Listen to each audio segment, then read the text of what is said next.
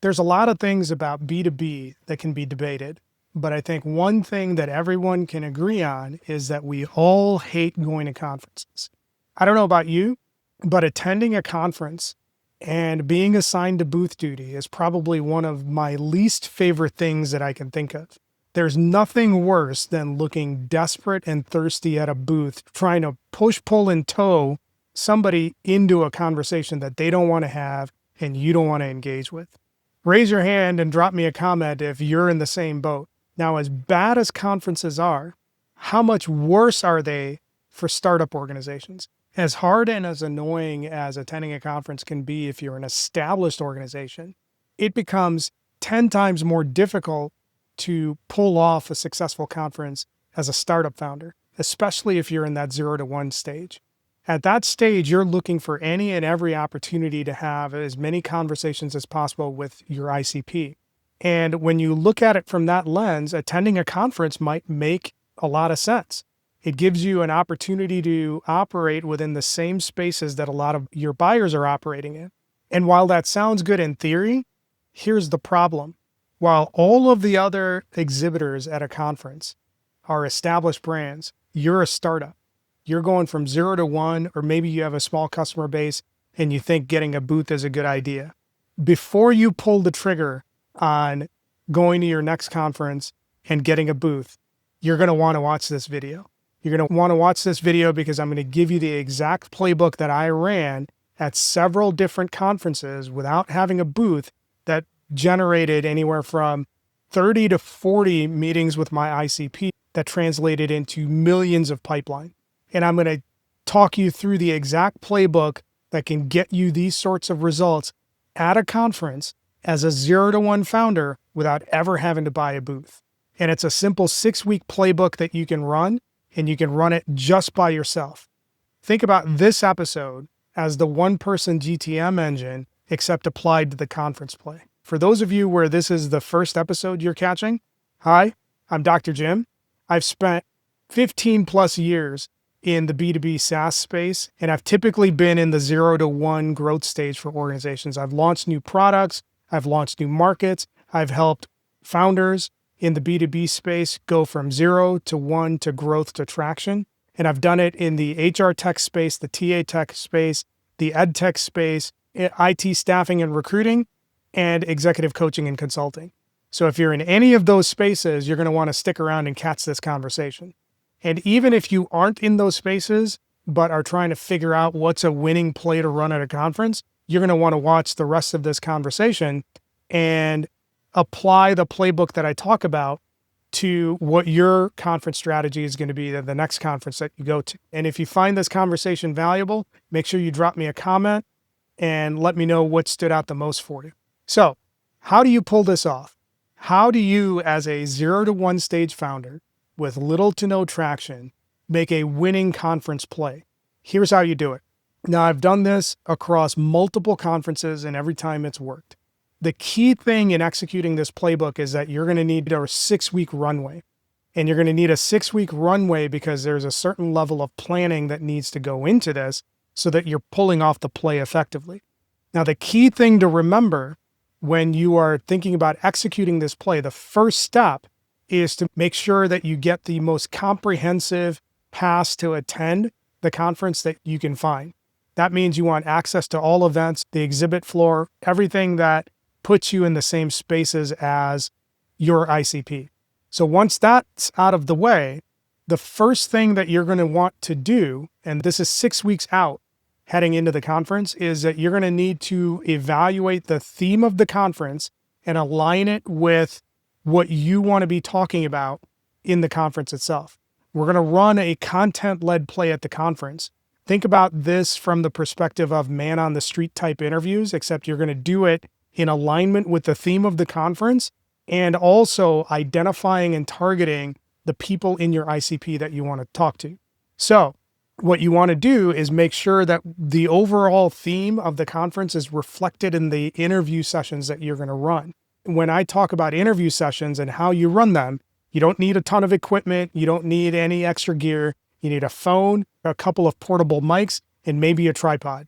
And that's it. We're going to do this scrappy with minimal investment because you've already spent $1,000 or $2,000 on the ticket to the conference and all of the things associated with attending the conference.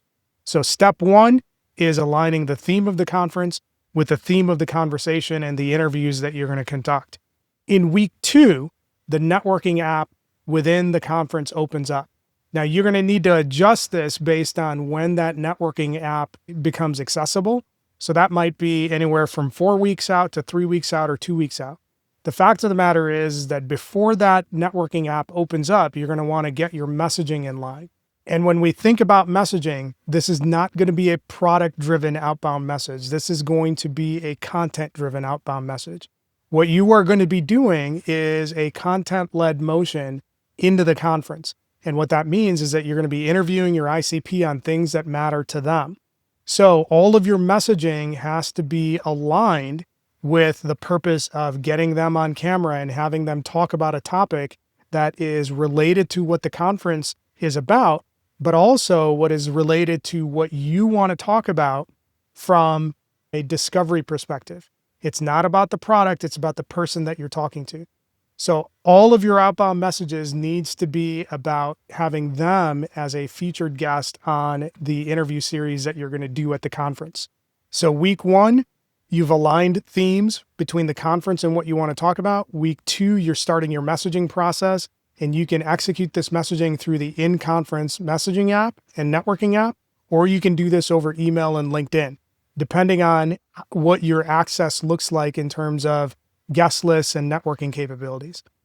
5 weeks out from the conference, what you want to do is make sure that you are marketing the conference on all the various channels that you are going outbound with. So whether that's email, LinkedIn, or both, you're going to want to put some content out there that indicates that you're going to be attending and you're looking forward to meeting your ICP out there. Now we're 4 weeks out from the conference. What should you be doing 4 weeks out from the conference? Depending on where the networking access sits, this is where you start prepping people for the conversations that you're going to have at the conference.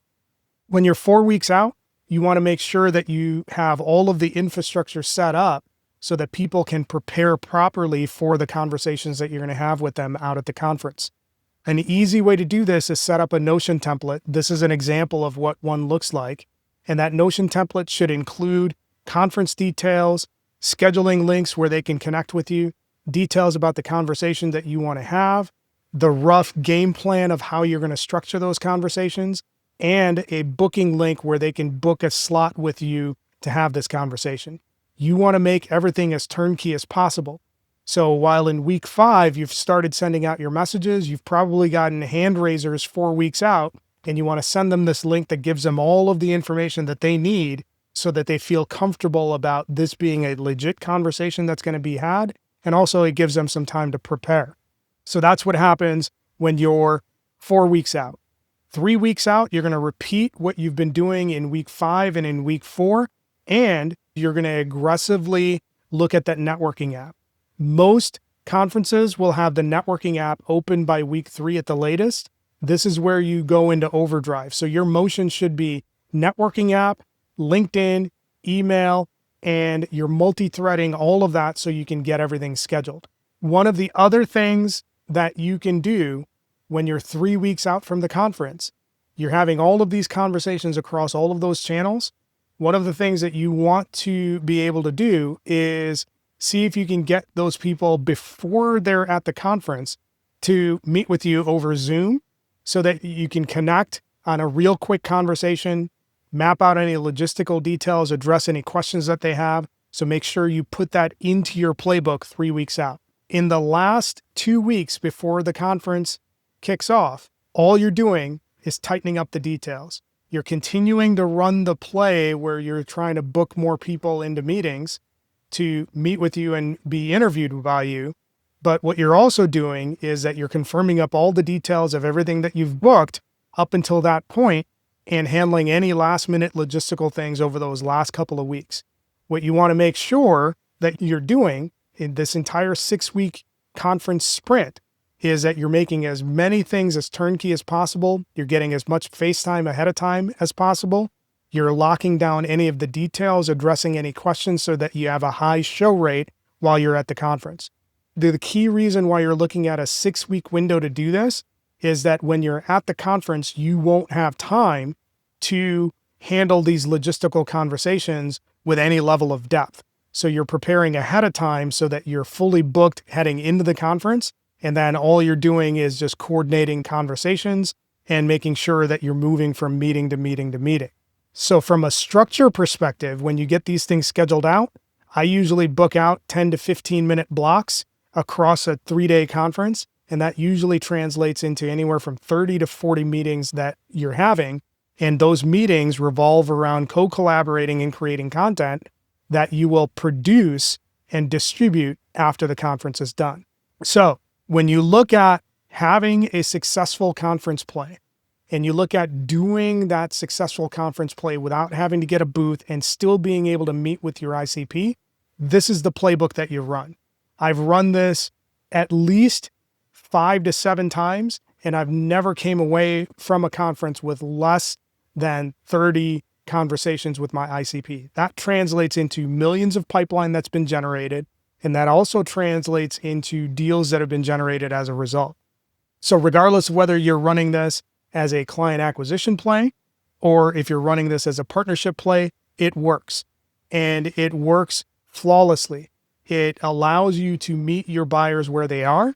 It allows you to operate in a space where people actually want to talk to you. And it allows you to run this play and be reasonably confident that you'll have a very high show rate and also a very high chance of converting this into pipeline for multiple conversations down the road. So that's the playbook. If you have any questions, drop those in the comments, and tune in next week where I'll have another episode covering a topic that's going to help early stage founders go from 0 to 1 to growth to traction.